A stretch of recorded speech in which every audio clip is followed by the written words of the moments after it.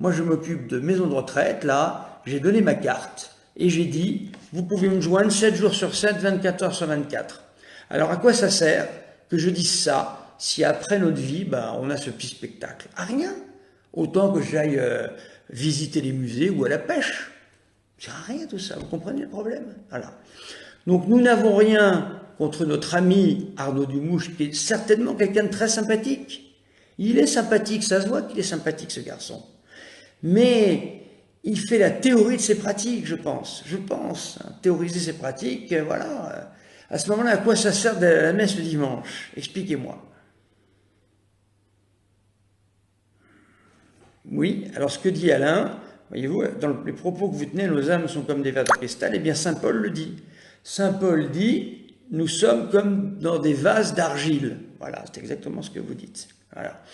Donc, je comprends la question tout à l'heure de Sylvia, c'est-à-dire le problème était le suivant, mais alors le Seigneur il est mort pour rien, mais pas du tout.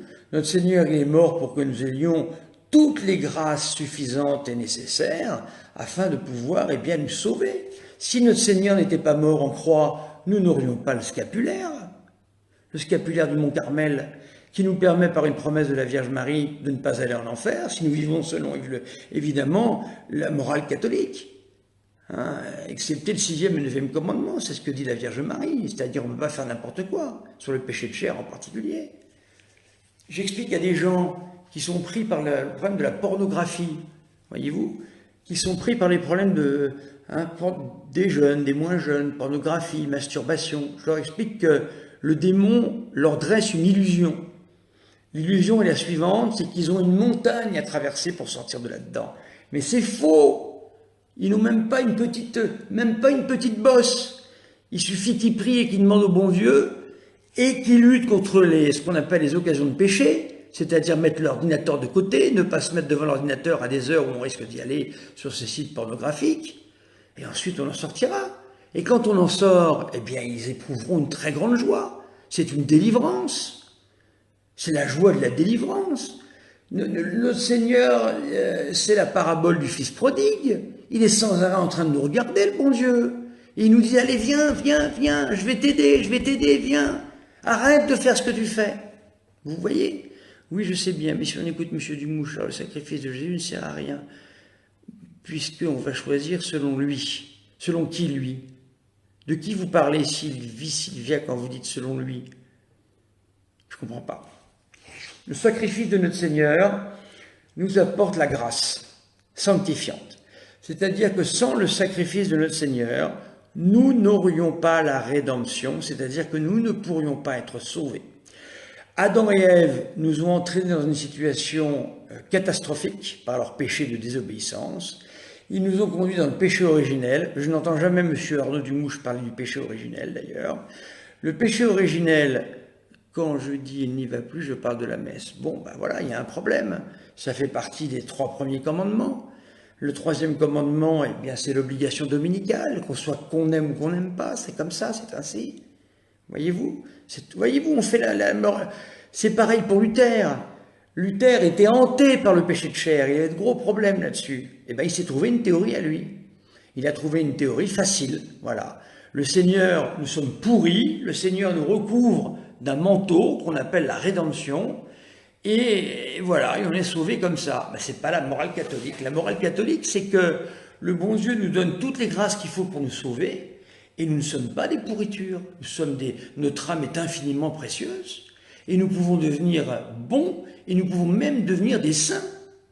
Alors, je ne veux pas juger ce monsieur, je veux pas le juger, vous comprenez? Alors voilà, un type qui vient, là, je l'élimine, parce que c'est n'importe quoi, voilà. Et vous êtes quoi, vous? Alors, si les prêtres sont tous des pédophiles, vous êtes quoi, vous? Hein, il y a un médecin qui fait des saloperies, alors tous les médecins sont pareils, enfin, ça veut dire quoi, ça? Il faudrait que j'ai un modérateur sur ma page, là, parce que vraiment, c'est catastrophique. Je ne sais même pas comment enlever ce personnage. Non, mais il dit n'importe quoi.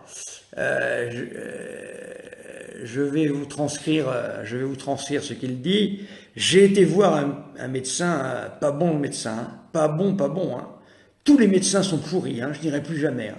Voilà ce qu'il vous dit ce type-là.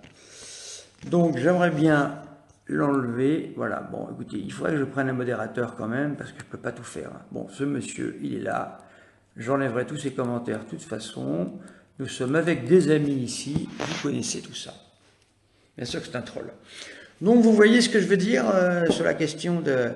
Venez me le dire en face, monsieur Hayden, on va discuter tranquillement. Parce que moi, celui qui m'a dit ça, je peux vous dire que la dernière fois, ça ne s'est pas bien passé. Voilà.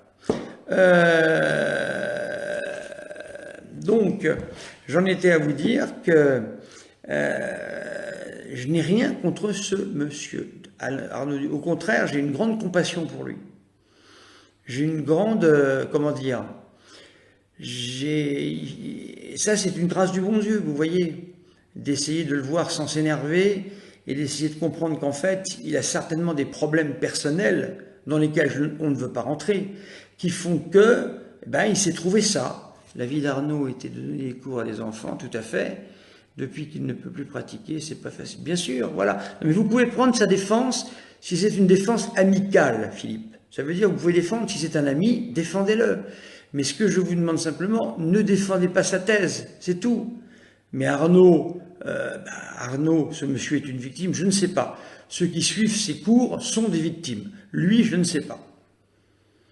Ce troll PRD est une victime. Peut-être, je ne sais pas. Peut-être, je ne connais pas ce monsieur. Moi. Enfin, on ne dit pas des choses comme ça, je suis navré, c'est n'importe quoi. Il ne me le dirait pas en face. Il y en a un qui l'a dit en face une fois, croyez bien que j'ai été le voir. Voilà. Et il s'en souvient aujourd'hui. Bref. Je disais donc que il est pris, il a fait une théorie de sa pratique, c'est à peu près évident, effectivement. Il a dû vivre une très grande... c'est public, donc je ne dévoile rien. Il a dû vivre un très grand choc quand il a perdu son emploi auquel il tenait beaucoup, parce que je crois qu'il était très entouré là-bas par les jeunes. Ça ne m'étonne pas, parce qu'il a une manière de parler, une manière de faire. Il aurait la foi parfaitement catholique, mais ce serait formidable, parce qu'il a voilà, si c'est votre ami, vous pouvez le défendre, mais ne défendez pas ses thèses, c'est tout. C'est pas lui rendre service que de défendre ses thèses, Marie-Lou. Vous voyez ? Voilà, il avait un métier qui lui plaisait beaucoup et puis on lui a retiré son métier, voilà, pour des raisons apparemment qui ne sont pas bonnes. Donc je pense qu'il doit peut-être souffrir de ça, alors il a peut-être moins pratiqué. Oh là là, celui-là il nous fatigue, mais bon, on ne va pas s'en occuper, je vais le supprimer, on ne va pas s'en occuper. Je le supprimerai, ne vous inquiétez pas, laissez-le poser, voilà. Ah non, je ne dirai jamais que je suis d'accord, voilà, c'est ça.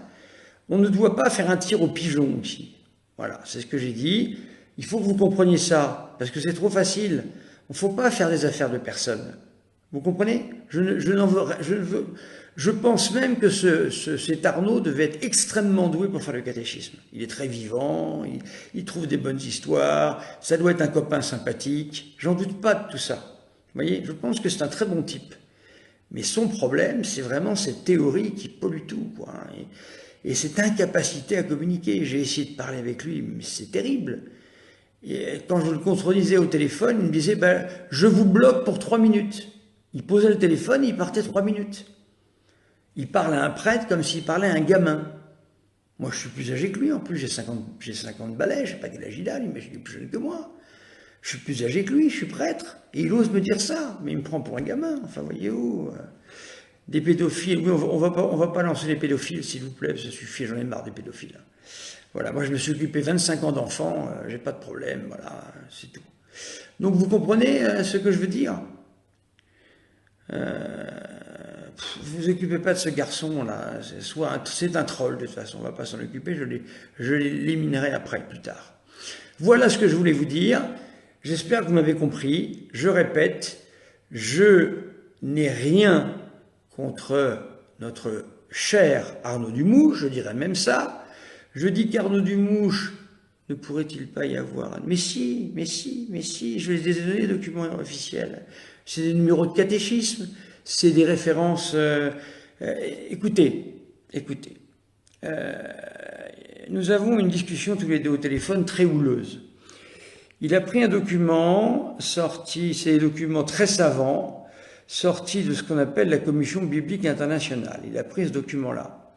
Moi, ces documents-là, je les connais, je les ai étudiés. Bon. Il voulait parler des limbes. il a dit textuellement, depuis ce document-là, on ne peut plus parler des limbes. Le numéro 72 du livret dit que on peut toujours, bon bah si c'est pas un troll, alors écoutez, c'est quelqu'un de blessé, alors laissez-le parler, hein, mais c'est pas ça qui va arranger son cas, hélas. C'est un pauvre à ce moment-là. Donc, je lui ai dit au numéro 72, il est écrit textuellement, eh bien, les limbes restent une théorie tout à fait acceptable, et les limbes, ça fait quand même longtemps que c'est dans l'Église catholique. C'est pas d'hier, ça a plusieurs siècles, c'est devenu presque quelque chose qui fait partie du dogme catholique, voyez-vous. Donc, je lui ai parlé de ça, il a changé de conversation. Il m'a pas dit, ah bah oui, je me suis trompé. Comment voulez-vous qu'on fasse un débat théologique dans ces circonstances-là? C'est pas possible. Il a fait un débat avec l'abbé Pagès, mais c'était pas un débat, c'était totalement inaudible. C'est pas ça un débat théologique. C'est comme une partie d'échecs. On donne un certain nombre d'éléments et l'autre répond aux éléments. Et s'il ne tient pas compte des éléments, non, c'est pas le néant. Moi, j'appelle les limbes la pouponnière du bon Dieu, de la Sainte Vierge. C'est-à-dire que les limbes sont un endroit où les bébés morts sans baptême vont, selon l'Église catholique, voilà. Pas depuis saint Thomas d'Aquin, pas depuis saint Thomas d'Aquin. C'est une théorie beaucoup plus ancienne qui est rentrée dans l'Église, j'en parlerai un jour si vous voulez. Et c'est une théorie d'Église. C'est une théorie d'Église, c'est une théorie qui a 7 ou 8 siècles. C'est plus qu'une théorie maintenant, ça fait partie du corpus de l'Église, les limbes. Même la Commission théologique internationale le dit. Donc c'est dire. Donc oui, très bonne chose Christine. Vous remarquerez une chose, Arnaud ne cite jamais le catéchisme avec des numéros pour que vous puissiez suivre.